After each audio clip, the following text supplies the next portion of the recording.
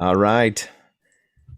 And we're live. Welcome to paraglidingtalk.com. I'm your host, Robert Michaels. Glad you're here. So stoked about tonight's show. We have Harley Milne with us. Fresh. His boots are still wet from the grass at Oshkosh. If you're wondering whether or not he made it, we're going to find out in this episode. It was absolutely amazing to follow. Super stoked to have him on the show and to talk about all the adventure. We've got some special stuff, that exclusive stuff that we're going to share tonight that you won't see anywhere else. Super stoked about that. Harley shared some stuff with me that I'm going to share with all of you. Paraglidingtalk.com. If you want to check out some of the previous episodes on Paragliding Talk, you can go to the website paraglidingtalk.com and go to previous episodes. There's some amazing ones. And if you want to just go through the right sequence, maybe you don't know anything about Harley, you can go to episode 222.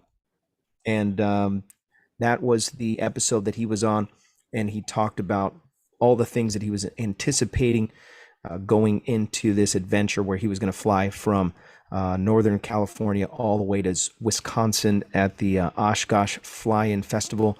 Absolutely amazing, and all the adventure in between. So we're going to talk about the adventure in between. So having that said, we have got some great stuff lined up tonight. In moderation, Anthony Peregringo, Sean Nafsker, they're taking care of the chat. If you have questions you want to ask Harley, you could queue those up with the guys in moderation, and they will get those questions over to me. And I want to just encourage you to ask questions and get your name put in the spinning wheel of Winnie things. We're going to give away some stuff tonight.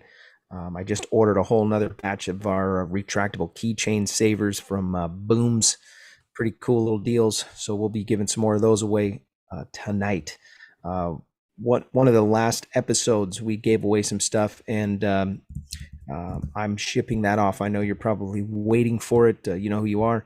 If you be patient, it'll be on its way. It'll be in the mail system tomorrow. But I literally had to wait till today to be able to send it. So, or actually, I packaged it today. I'll send it tomorrow. Want to mention a couple of sponsors. One of those is PPG Smoke. PPGsmoke.com is the website. They have all kinds of great stuff for your flying. Go check out their website. PPGsmoke.com is the website. And then also paramotorprops.com. They are the main prop sponsor that we have for the show. So if you want to get props, get them quick, and maybe just have some questions, go to their website, paramotorprops.com. American Allied Drains and Plumbing. If you're in the San Diego area, you can reach out to them for your plumbing needs. Mention Paragliding Talk, you'll get a 10% discount. You can reach them at 844-777-9055. That's American Allied Drains and Plumbing. It's your plumbing company. So I've got some really interesting questions.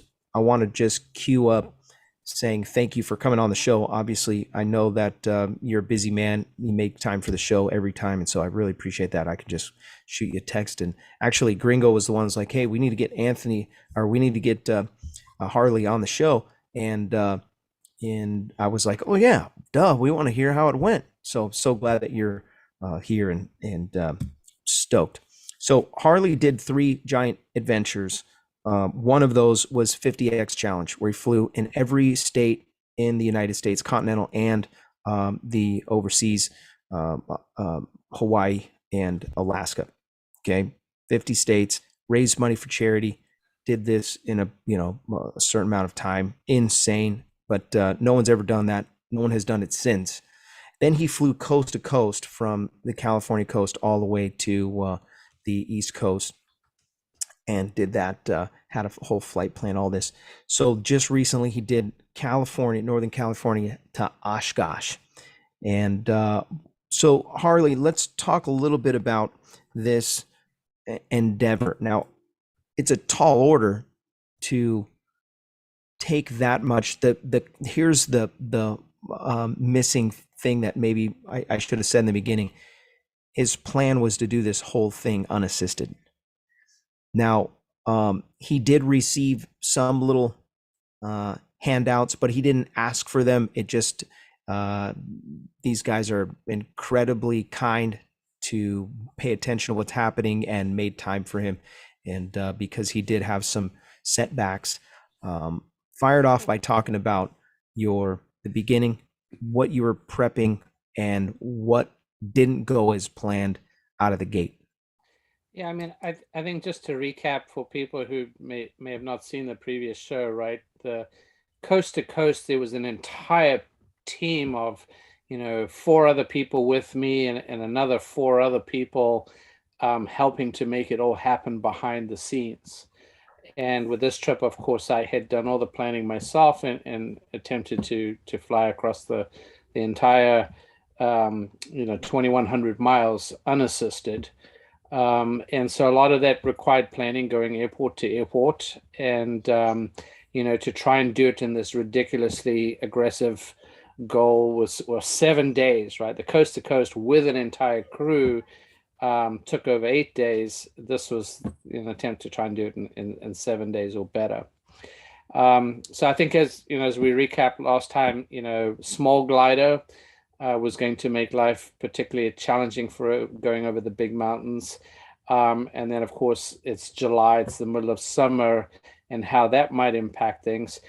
And then I don't think I let on with the little secret on the last show, which is how I was going to try and work around some of that weather.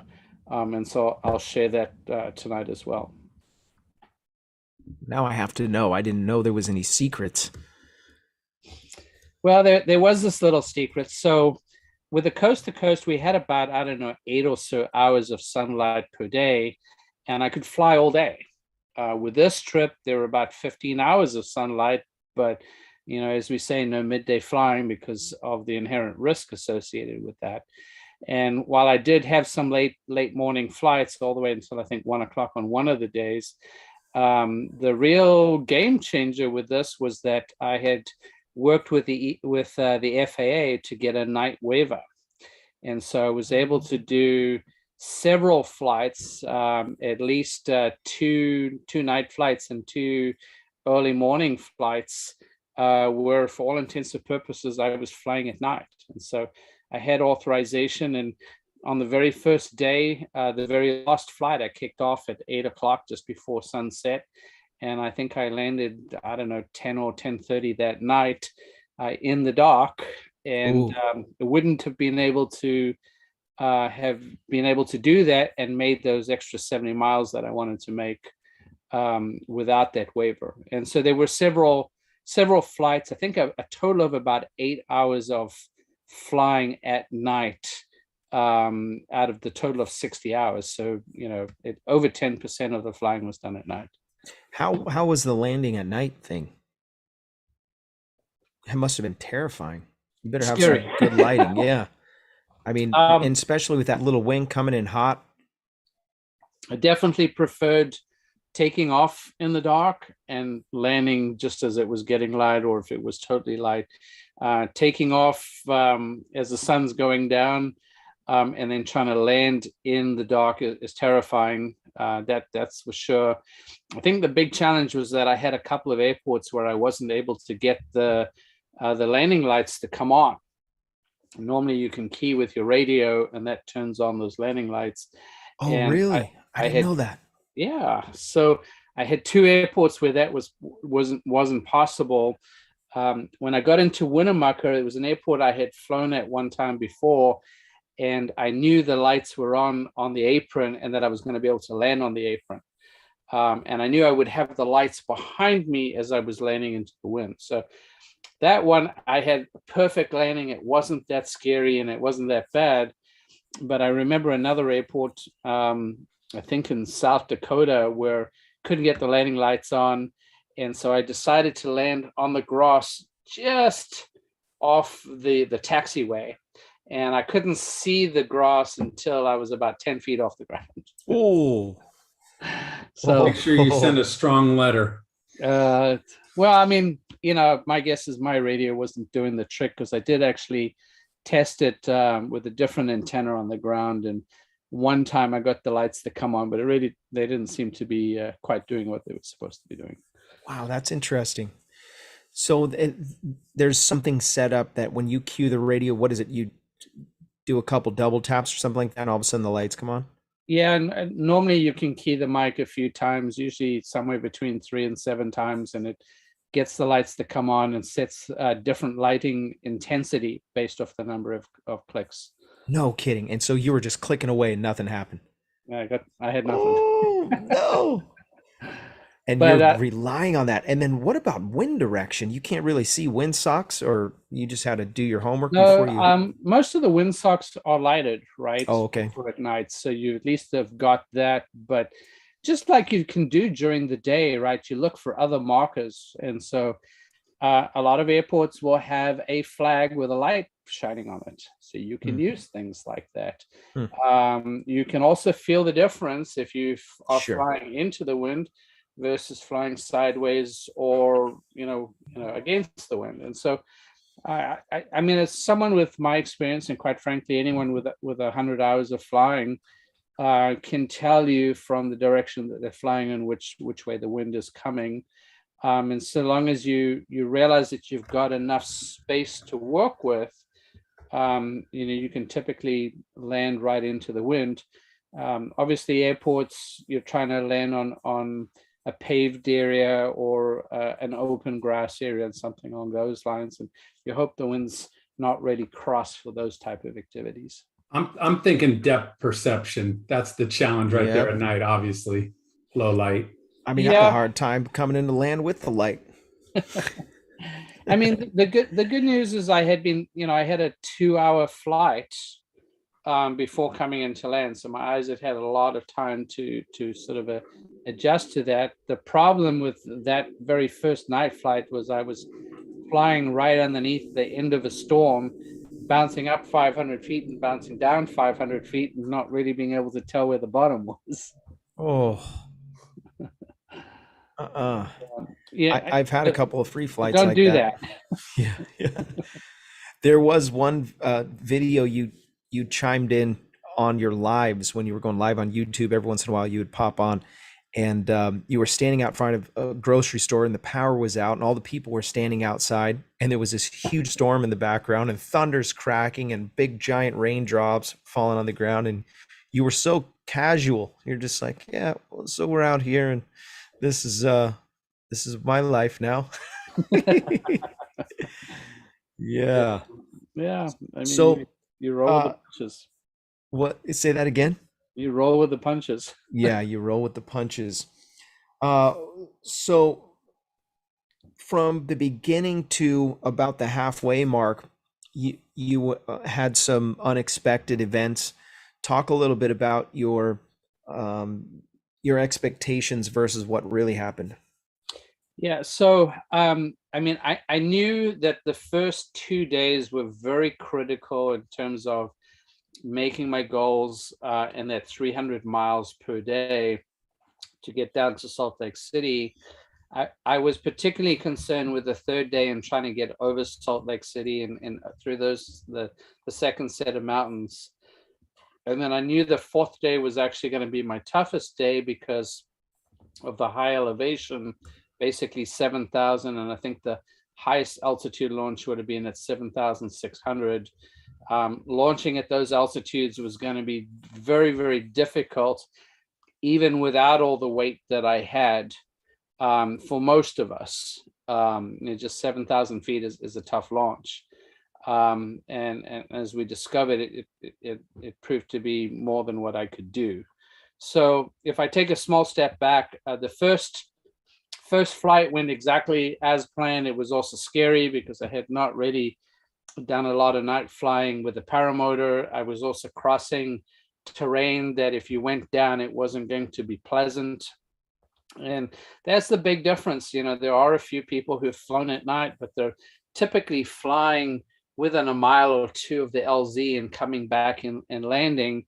These were flights, and this is something that, to my knowledge, there aren't a lot of ultralight or paramotor pilots who have covered 100 miles or 150 or 160 miles flying at night. So to my knowledge, this was something that's relatively new in terms of paramotoring.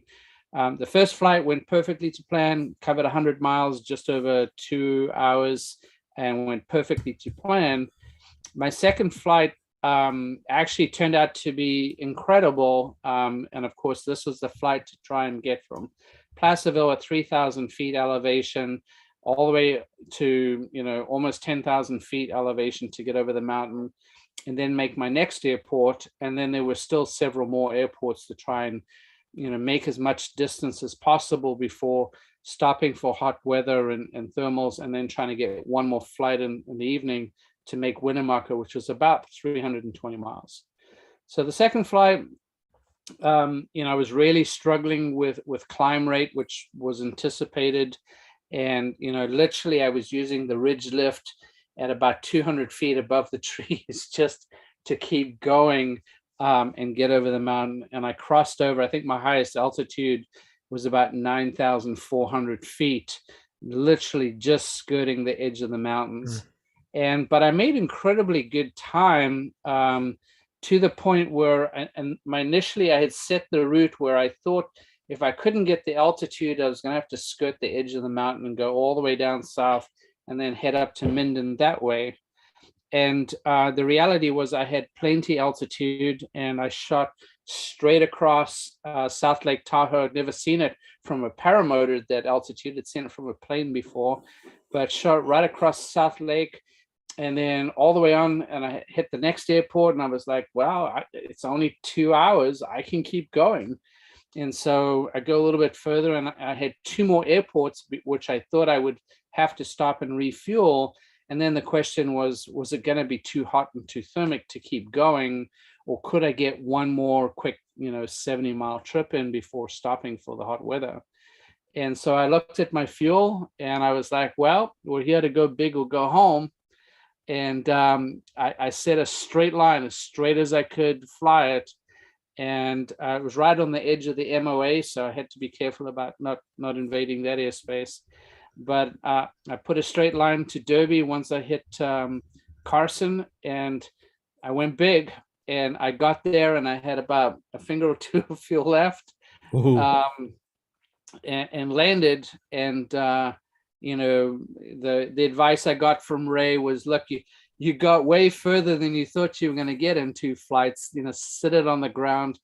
Don't play with this weather. You could come off second best. And so I kind of regretted that for a while, because the storms that came in that afternoon were horrific. And it was getting bumpy. It was going to be unpleasant to go another 70 miles. But I think in hindsight, I could probably have done it even with the horrible weather.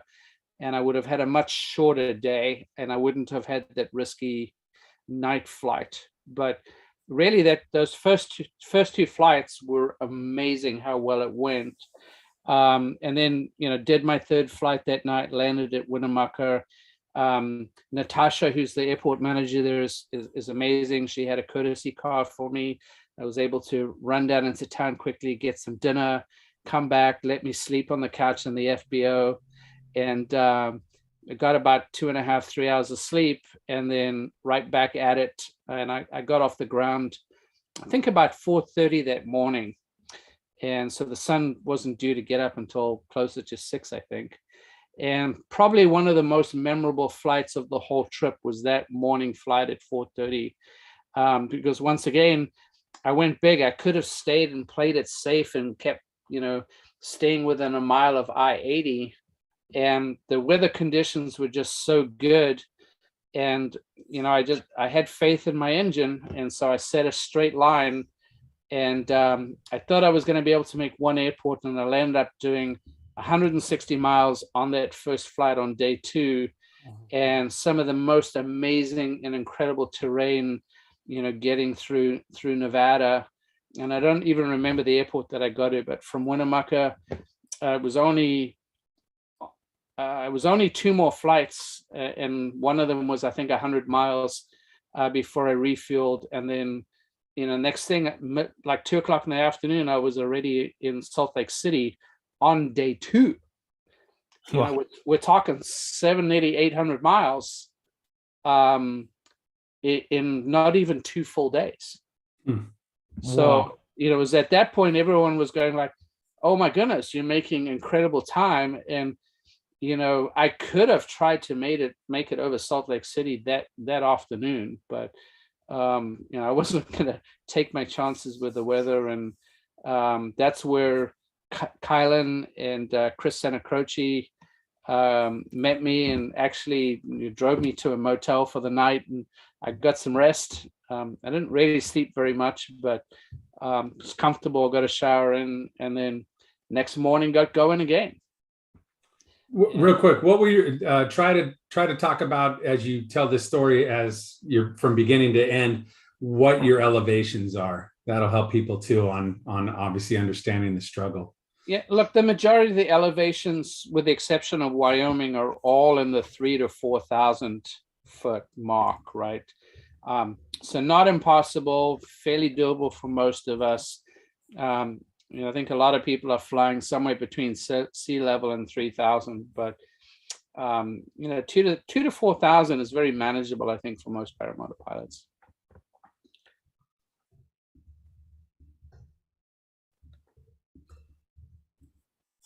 Another question. I thought Gringo was going to rip another one. No, man, I squeezed it in. So you get to the place where now you're launching at a higher altitude, and I stayed in Utah at the Red Rocks free flight extravaganza. At 5,000 feet, it's a little bit wonky. At 7,000 feet, it's like a different world for paragliding. Talk a little bit about your tolerance for launching in higher altitudes, and what was your takeaways? Yeah, so John Ripper, he was really questioning my sanity of trying to go with an 18-meter wing.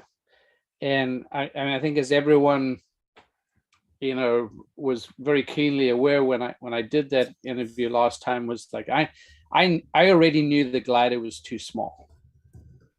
But I kind of figured if I could get over the big mountains, then it wasn't going to be a big deal. And so, here I was, 2.5 days all the way to Salt Lake City. And then that morning I take off, and I only have to climb to 8,000 feet, and I'm skirting through the mountain range, and the weather is amazing, right? It's beautiful. I've got all these photographs, some of which I post, and I'm just skirting my way through, and it's absolutely amazing. And so once again, I conservatively plan a 2-hour flight to try and go 60 miles. And the weather is so amazing, and I'm making such good time. I go all the way from Salt Lake City to Fort Bridger, which is right in Wyoming, right? So here I am on my third day. I'm into Wyoming, and I land there at like 10 o'clock in the morning, and it's like 7,000 feet. And then, just like you said, I was like, okay, well, this is going to be brutal. I got 100 pounds that I'm launching with. And I made the mistake of, once again, trying to go too big. And so I loaded just over 4 gallons of fuel. And so this is what separates the men from the boys. And I definitely fell into the boys category, which is that it's starting to get windy, right? And, the heat's starting to build. And I get the glider to come up, and it comes up perfectly. And guess what? My throttle isn't in my hand. Oh, no. And so I'm like, oh, goodness. So I try and keep the glider ahead of me, and I drop my left toggle, and I actually grab the throttle. And then as soon as I get the throttle in my hand, and the glider rolls to the left, and I got nothing to bring it back, and the toggle goes right into the prop. Oh, no. And it wraps up. It took me 20 minutes just to get everything unwrapped. And the tip of one of the 3 blades is broken, right? So I'm like, okay, well, let me get this untangled quickly. I wonder if I can fly this thing with 2.5 props. Oh, no. Like, how crazy was I, right? So I get it all entangled. I tear the brake toggle holder, which for the Da Vinci, if you don't have it, then what happens is it pulls it all away. And I fire up the engine, and of course 2.5 props is about as unbalanced as it can be. And so I start putting phone calls out. I called Ray in Wyoming, where I had a prop staged. I called Chris Santa Croce in Salt Lake City, because I was only, I don't know, maybe 150 miles away, 2 hours at most. And the other prop in Buffalo was going to take 6 hours to get to me. And anyway, so there was, a bunch of people scrambling from all over the place trying to find me another prop and who could get it to me quicker. And unfortunately, everything didn't come together. I just couldn't get the prop that I needed, other than through Ray. And Ray literally dropped everything he had and got in his truck and brought me a spare prop. And so I sat there for the day and was kicking myself, because I think if I'd got off the ground that morning, there was enough wind and it was cool enough. It would have been a haul, but I would have got off the ground. But of course, by the time Ray arrived at 5 o'clock, and he's like, I was rushing. I was trying, like, I got to get in the air, because I've got to make my goal of where I'm trying to go. And I was pushing, but it was 90 degrees out. The wind was a little bit shifty. And, I made my second big mistake of the day, thinking I was invincible, considering how well I'd been doing, and ran a football field and got off the ground for about a second or two and right back down, and then realized I wasn't going to clear the burn. So I hauled up and, buried the brakes as hard as I could. And as I got to the end of the tarmac, I lost my balance and I rolled over. And I tore that prop up pretty good. I think it was the first time I've ever torn up 3 blades. So that's an expensive debacle right there. That 3-blade prop had a life of 3 minutes, maybe. Yeah, literally about 3 minutes. Yeah, very, very expensive prop. So I was pretty upset. I was mad at myself, because this trip really was about proving I could do it on my own. And it's one thing someone bringing me a prop, it's another thing people helping you to launch and get airborne, which I still wasn't getting that help. But now I was running out of options, because when I broke the first one, the first thing I did was I had another prop sent from California, and I overnighted it next day to Ray's place, because I figured if I broke another one along the way, at least I could rely on Ray to come and get me. But breaking that second prop, as everyone saw from the live video, I was pretty upset and had to ask the question, was I cheating, or was I changing it by, repositioning 400 miles north and shortening the trip slightly, but still had a chance to largely succeed and get all the way across to Sonoma, even with it being 200 miles shorter, and still do it, pretty much unsupported. And so I needed a ride anyway. So Ray drove me the 6 hours north back to Buffalo and put me to work the next morning. We went and fixed one of his oil wells and spent, 6 hours out there.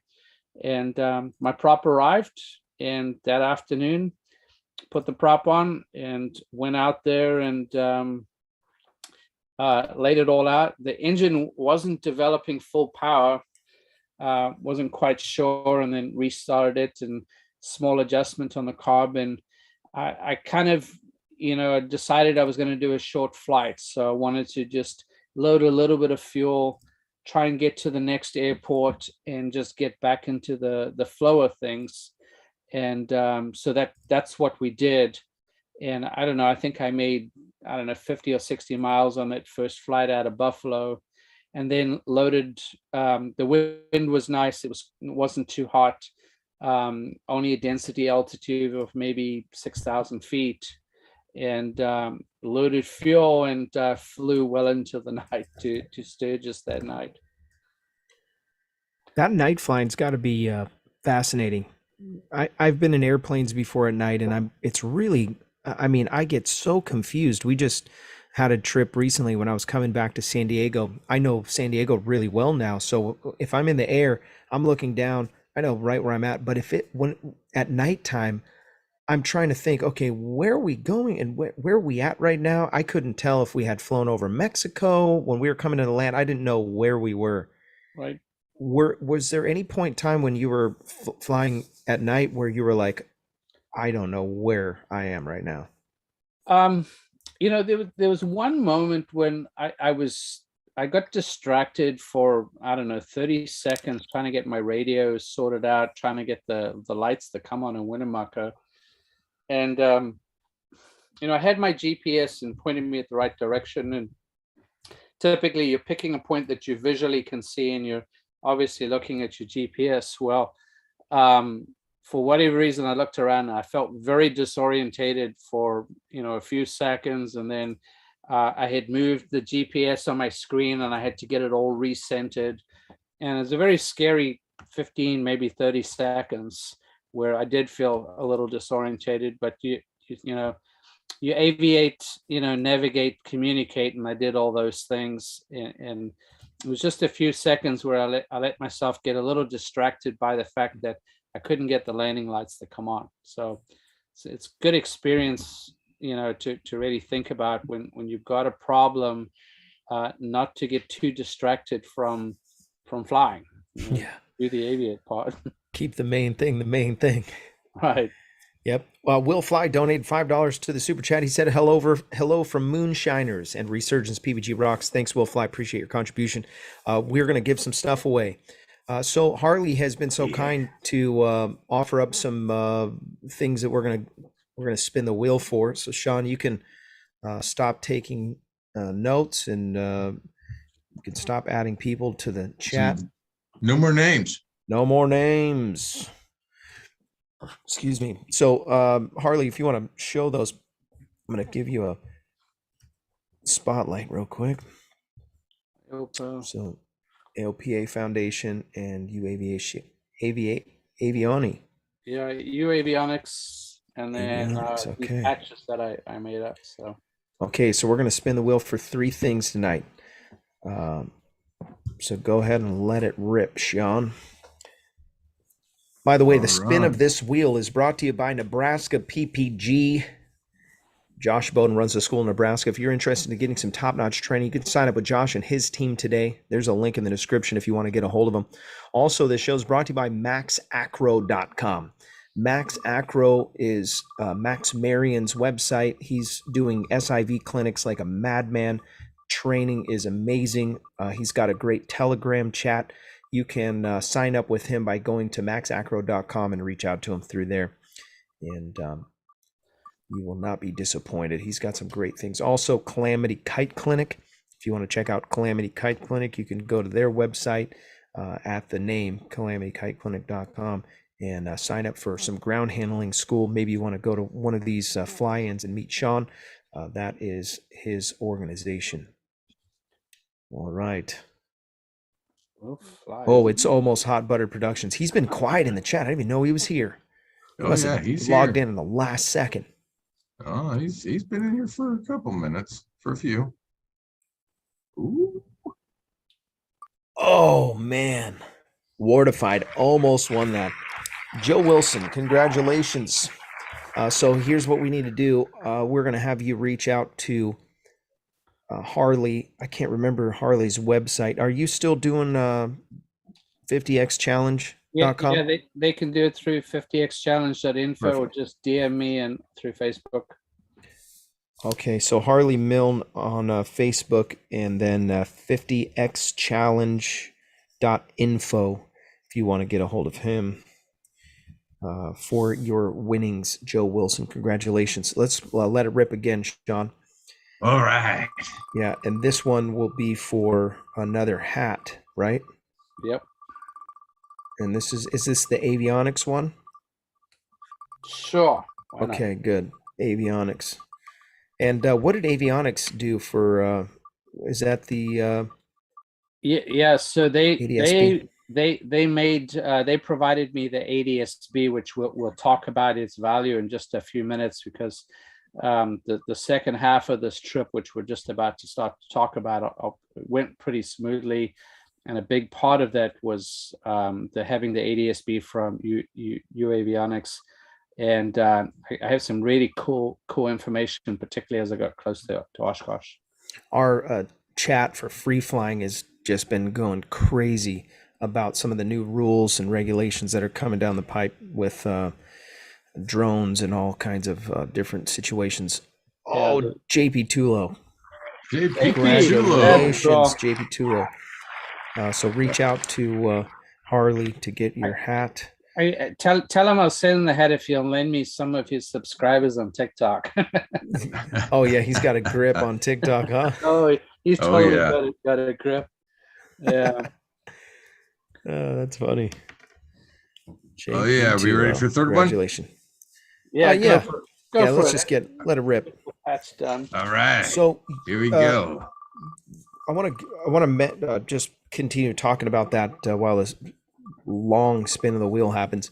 The this ADS-B conversation came up, and now even we're talking free flight pilots. We're talking everybody's going to need to kind of sign on board. How can you, without an N number, can you get an N number? I know we've discussed this before, but it's worth talking about again. Yeah, at least in the United States, as it is today, for an ultralight, you're going to be required to have an N number to be able to legally use ADS-B. Now that could change relatively quickly, just like they provided registration for commercial UAS drones. Maybe they provide a separate registration where you provide your direct contact information, and now very quickly, then you're Anderson. That's awesome. Congratulations, Mom. Congratulations, Linda. Yeah, good job. That's awesome. Yeah, so at least right now, it is the case that a registration is going to be required for ADS-B. I did exchange a couple of messages with someone who said, well, what happens if I've got an EAA registration or something else along those lines? Would the FAA allow me to do that? And I said, well, why don't you call them and have the conversation? The more people that talk to the FAA, and really, I think what we demonstrated with this trip was that ADS-B has value for ultralights. And in fact, I guess I'll just skip to it, but as I was coming into EA, as everyone knows, right, hundreds, in fact, it's thousands of aircraft come and land at EAA. And so you might be able to pull up the picture, Robert, from that list I sent you. That's but what I'm trying to pull. There's a picture where you can see a line of airplanes coming into Oshkosh, going into the flight pattern, and then you can see a jet coming in right behind me, and there is this little glider showing up, and that's me in the middle of the pile.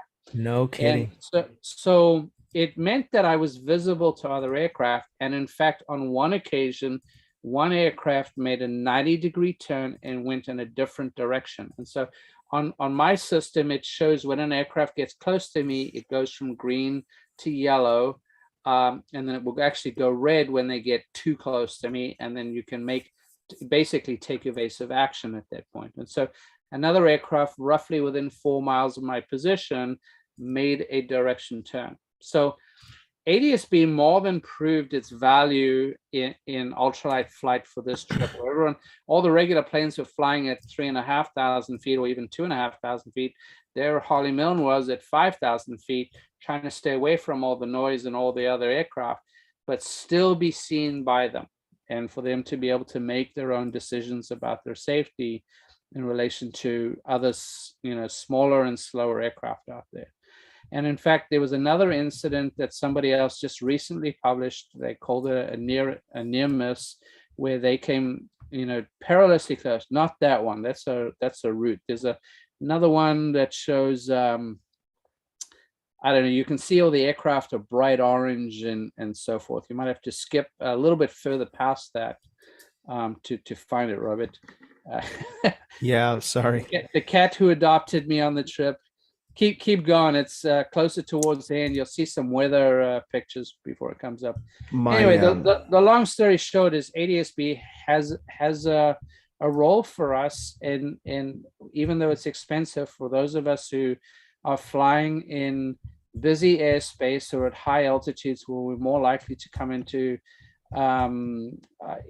contact with other aircraft, ADS-B as optional equipment for us to decide whether we want it or not, it has its value. And I think we more than demonstrated.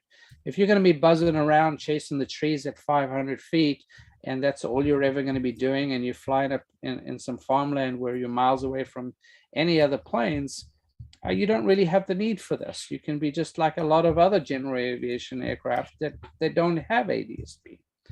But I think we've more than proven now that UAvionics have done the groundwork with the FAA to make it possible for ultralights and for paramotors. And quite frankly, I don't know how PG solves the problem because you guys don't have motors.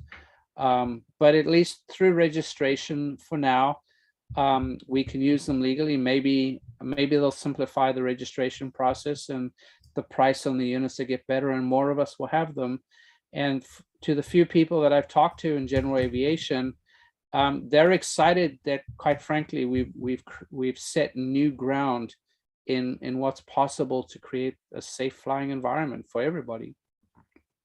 Yeah, critical for the future of aviation, especially as more and more people are getting in the air. By the way, I did see an article about a guy in Wisconsin that flew his trike and crashed. I don't know if you guys saw that. He's on life support, it sounds like, so it's not a good situation. Was that the guy who tried to cross Lake Michigan, landed in water?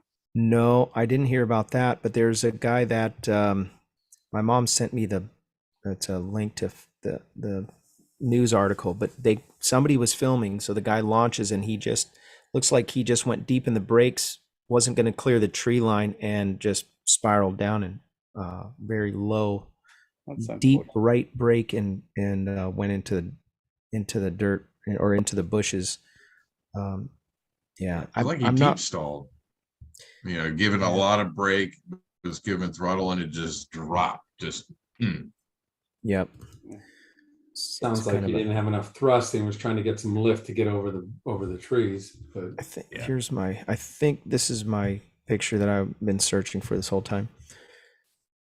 Yeah, that was my one. There's another one, I think just 2 or 3 pictures after that, but that's a good one that to just show how many other aircraft there was, and my position at that point was obviously a little bit further ahead. I think scroll through a couple more. There's actually another one, maybe 2 or 3 pictures right after that. There you go. This is the picture I'm talking about. So you can see all the aircraft in a straight line. There's actually a jet behind me that shows up slightly green, and then there's the glider right next to them all. And wow. It's a really good example to see how all these other aircraft are around, and here I showed up and was visible to other aircraft. So I thought it was pretty cool. I think UAvionics was super pleased to see that I was so visible, and it really does show how there's a level of safety that can be gained from ADS-B. What was their altitude versus your altitude on that final approach? A lot of them were going into FISC, so they were restricted to once they're on the flight path, I think to about 2,500 or 3,000 feet. I didn't look too closely at their requirements because I was heading more southwest, and I didn't enter what was the ultralight pattern until much closer. I was in a position to be above the stack, and I made that decision primarily because I was above the clouds and far away from everybody. So I'll take a small step back because really after leaving Buffalo, things went much better. I covered on the 4th day 408 or 420 miles, and I crossed the whole of South Dakota in just one day. And no one anticipated that was possible. I think I started at like 3:45 was my official launch off the ground that morning. And I think I landed just after 9 o'clock that evening, right before sunset. I was so tired. I didn't want to do a night flight. I could probably have done another night flight, but I had enough. I had to get on the ground, and got on the ground that night. And then the next morning, I think I left at like 6 a.m., got my first big flight in. It was the flight where I allowed myself to run out of fuel, knowing I had the glide path about 4 miles into landing. And unfortunately, that morning, which was basically day 6, I couldn't get the motor started. It had big altitude changes, and the compression really didn't feel particularly good. And so I ended up pulling off the carburetor, pulling off the head, and I broke the pull start, which kind of led to me having to pull the whole thing apart. And I lost all my flying for the rest of the day. But it turned out that when I'd done the major service at the beginning of the trip, I had actually pinched the head gasket, and the head had gradually leaked more and more, and so had the screws not really been tight enough on the carburetor. And so pulled it all apart. I barely was able to save the head gasket because it was so badly crimped, and put it all back together, and fixed the pull start. I just broke the cord on it, but put it all back together, fired up, and it was great. But that's when, for those of you who saw the live feed, there was that massive big thunder and lightning storm out in Austin, Missouri, and I wasn't going anywhere. Yeah. But next morning took off, which is I guess the beginning of day 6, and it was a lot of low cloud, and so basically I punched through the holes in the cloud and got above it and got some big wind and averaged 55-60 miles an hour. Nice. And made my 2 flights that morning, and I landed out at Pickett, which is about 7 miles south of EAA, and then waited till the following afternoon to be able to do the official arrival at EAA, which was absolutely amazing, because my friends Scott and Martin went and talked to Justin Fox, who's the air boss, and he was able to get them to allow me to do a flyby, which they don't normally allow you to do on that airfield during Oshkosh. And I did one flyby with a bit of smoke, and then came in and did my landing. And if you go back a few pictures, you see that I did that interview. So there's thousands of people standing there watching all the ultralights take off and land. And there old little me comes in and lands, and they did the interview. And the guys got to shake some soda water so that it looked like champagne that they sprayed me down with, and got off the field and did a quick interview. And so Scott and Martin were fantastic, and Ray got to film a lot of it on with the GoPro. There you go. So I think about 4 minutes in, you get my final approach there, and then I come in, and right after that they do the shake. There you go. So that's me landing. I almost foobarred it. I had the trimmers all the way in and popped up a little at the end. Yeah. And I'm always nervous about those live landings, because if you mess it up, you look terrible. You don't look like By the way, Hot Butter Steve donated $10 to Super Chat, and he said, Robert, I was playing poker with tarot cards the other night. I got a royal flush, and 3 people died. Brutal. Yeah, so here they are getting ready to. Yeah, they're soaking you. soak me down, and go ahead. Did you tell them, don't soak me, get away from me? Yeah. Well, I guess I knew it was coming. So look how bent your hoop is. Yeah, so I had another small incident that fortunately didn't land up in any real damage. So when that got dented, you can just see the ADS-B attached to it there, but I dented that in half. So it's now called the Blackhawk Kestrel Elite Flat Top. You know what? Actually, you mentioned. Look, so there's there's your device there hanging on your neck. Somebody was asking for a picture to kind of see the size. One thing I was thinking of, and Sean had mentioned in the chat, when you're up there and you're flying from Napa, and look how far you got across the United States in a few days. I gotta imagine it really shrinks the world down. You know what I mean? Your perspective on how small this world is. I mean, you can almost go all the way around it. You know what I mean? So on a paramotor, Yeah. I don't know, but I maybe mean, that's next. I think most of us, right, when we do what we call a cross country, maybe you do 50, maybe you do 80 miles, right? Very few people do 100-mile cross country. My average flight, was about 120 to 150 miles, 3 hours of flight time, and covering 300 to 400 miles in a day. Well, a lot of people might only want to drive 400 or 500 miles in a day. And I was doing, half the speed. I mean, I made 32 miles to the gallon and averaged about, 50 miles an hour across the ground. It's not a bad way to see the country. Yeah. Yeah, that's pretty awesome. Yeah. When you came into land, I'm sure that it was pretty intense, with all the planes, all the regulations, all the things that were happening, and the fact that they were letting you do that, and then all eyes on you. That must have been, yeah. And there's so many people there. It must have been terrifying. I have to admit, everyone was absolutely amazing, and I would be remiss for thanking Scott and Martin for first of all going and ask the permission, because I didn't even want to do that. But Justin Fox was super gracious in going to talk to the people that he had to make sure that I was actually that they had my arrival, they announced it, they interviewed me, they were just so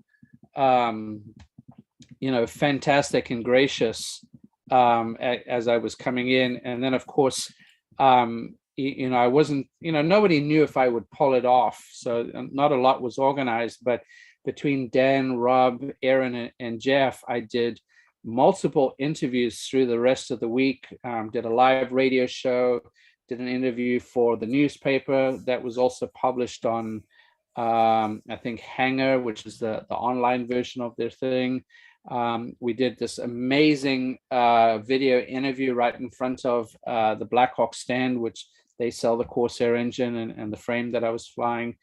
And so I got an enormous of amazing publicity out of this, not really about me, but about paramotoring, and how it was so amazing that a paramotor had covered nearly 2,000 miles in just 7 days, and then comes to the biggest air show in the world, and gets to play with some of the big boys. I thought that was absolutely amazing. UAvionics were fantastic in the fact that they got me an interview with with kit planes, so people who build their own planes. They did a fantastic article and really talked about how ADS-B as a safety device for all of us was so incredible. So just people were so incredible along the way. And if I may, Robert, I'll just mention a couple more names quickly, since I'm peddling them out there.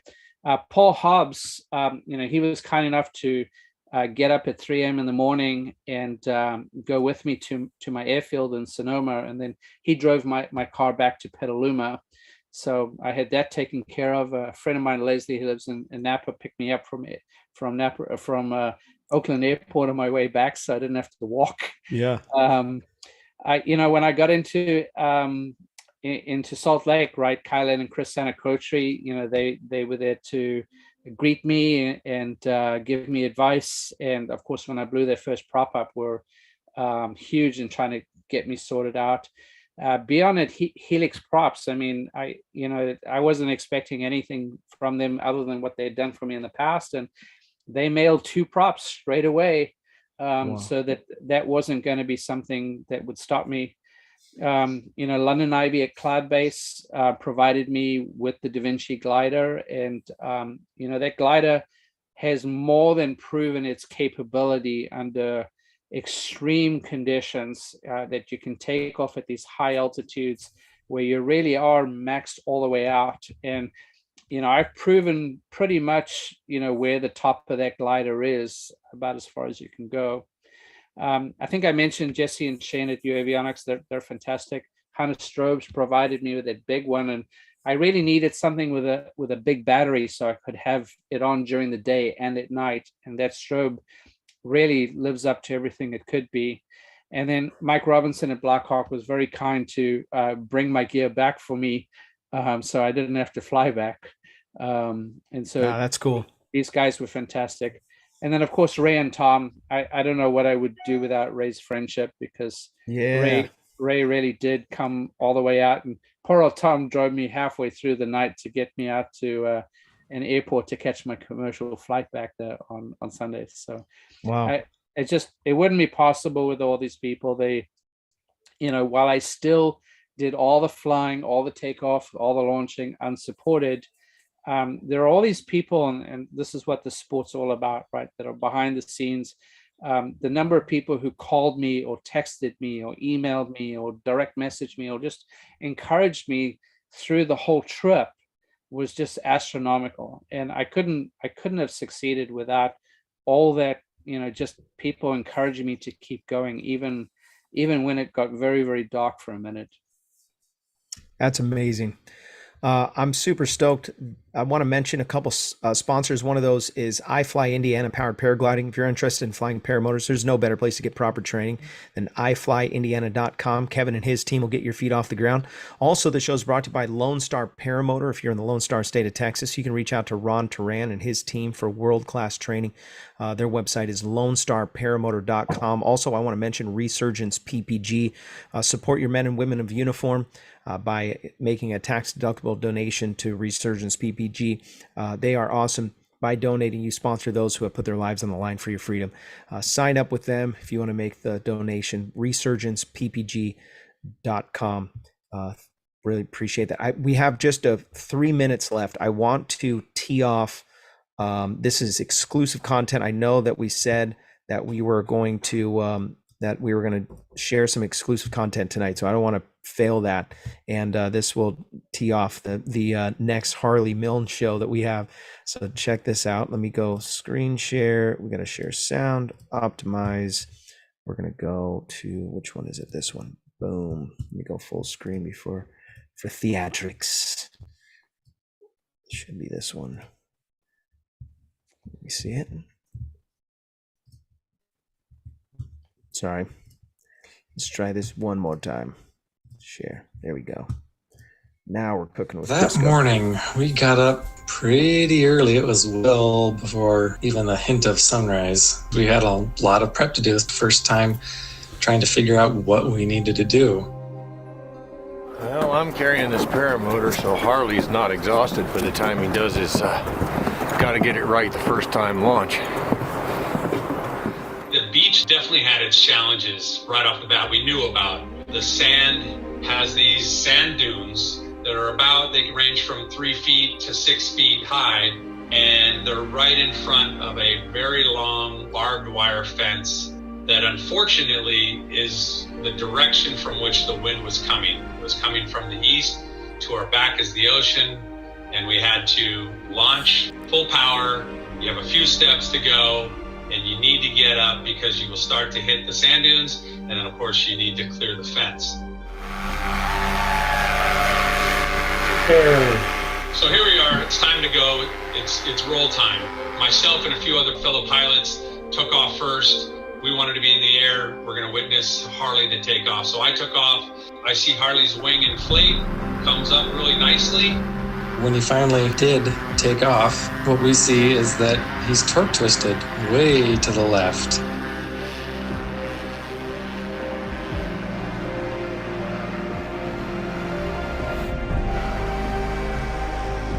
He just barely cleared the fence. After he gets over that fence, he starts going down again. At that point, we were all cursing out loud that, oh, he's going down. Whoa. And so while we're in the middle of running over there, we see he's finally corrected that drop and he's starting to come back up slowly, and we're like, oh.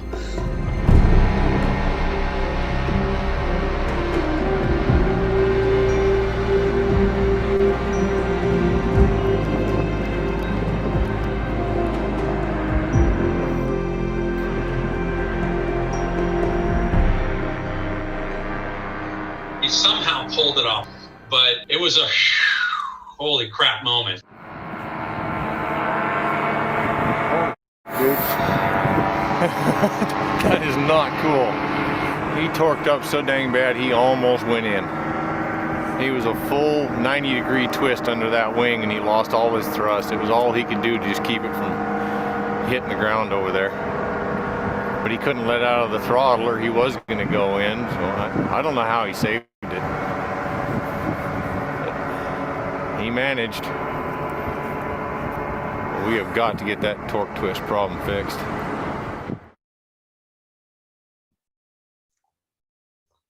Wow. Exciting stuff, right? It's intense, man. I can't Yeah, wait to. I'm telling you, even again, I got goosebumps just watching it again and again because I did see it from the air and it was, wow. So that's from the documentary. I know that we've taken so long to try and get it finished, but it's going to be worthwhile. Yeah.